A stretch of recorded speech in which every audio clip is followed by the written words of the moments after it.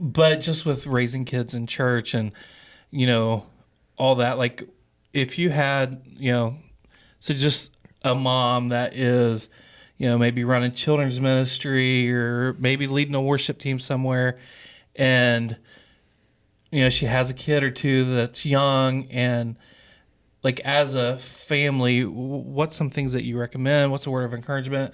Like, what would you say to that young mama that's just like stressing out because, she's got to be up at 6 a.m. to get ready for the worship team. She's got to get, a kid or two dressed and fed and ready to go. And, what would you have to say to someone like that?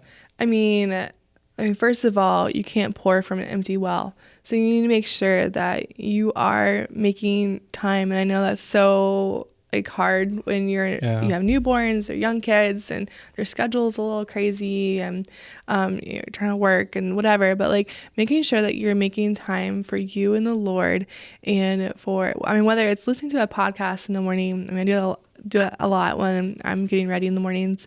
I've listened to so many mothering podcasts from our you in the bathrooms bathroom. are like, yours is underneath mine, and there's like an vent the sound echoes down in his basement. So it's all he hears is my Rainbows and Motherhood podcast. I would be a great mom at this point. But I mean, making sure that you're spending some time in the Word, whether it's just praying, being part of a life group. Another thing is to lean on the people that are around you. There are so many incredible people that are probably in your church that like experienced and seasoned moms that are ready and available and that have that capacity, who are probably well rested in the season of their life, to help you through those hard times. I think some of my fondest memories at church is just more seasoned moms coming up to me and like, hey, let me just hold your kid real quick. I know he's screaming, but I don't mind. You go do what you need to do. Or, if we have to be here early for an event, I know I can text a few of our teenagers or teenagers have been great. Our young adults and like, hey, would anyone be willing to hang out with my kids for a few minutes just to make sure they don't like destroy the church while I'm trying to do something. And they're always, more than willing to come and hang out with our kids, and they love on our kids. They're usually, some of their teachers that are in class, so that our kids just think it's really cool that they're like, they're friends teachers. with them. Their teachers want to hang out with them.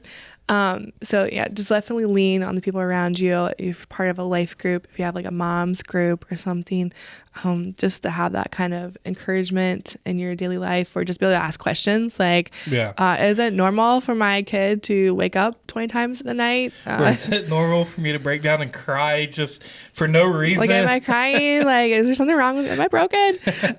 Just to have that soundboard, because you do feel like you're going crazy and stuff. But also making sure, like if you're leading children's ministry or you're leading worship and you have young kids, make sure that you do have those healthy boundaries and that you're not being taken advantage of, that your time isn't being taken advantage of, that you're setting time limits and constraints, that you have worship practice at this time and you need to talk to your team at this time. But, all the other time, being organized is going to help you in the long run to not be frazzled. And then, and really honestly, for a lot of moms, like some moms are just not called to do both. No, sometimes and it's okay. You need to take a break. Sometimes it's okay to just be a stay-at-home mom. You can't take a break from being a mom. No, not from your mom, like from like your responsibilities. Yeah, and there's nothing wrong with that at all. Like, I mean, if you can't lead worship or do children's ministry or whatever in the church for a couple years, that's okay. Yeah, because now we're not saying don't do anything. Like, be a greeter, do something that you don't have to prepare for. There's not a lot of responsibility with it. I mean, stay connected and involved.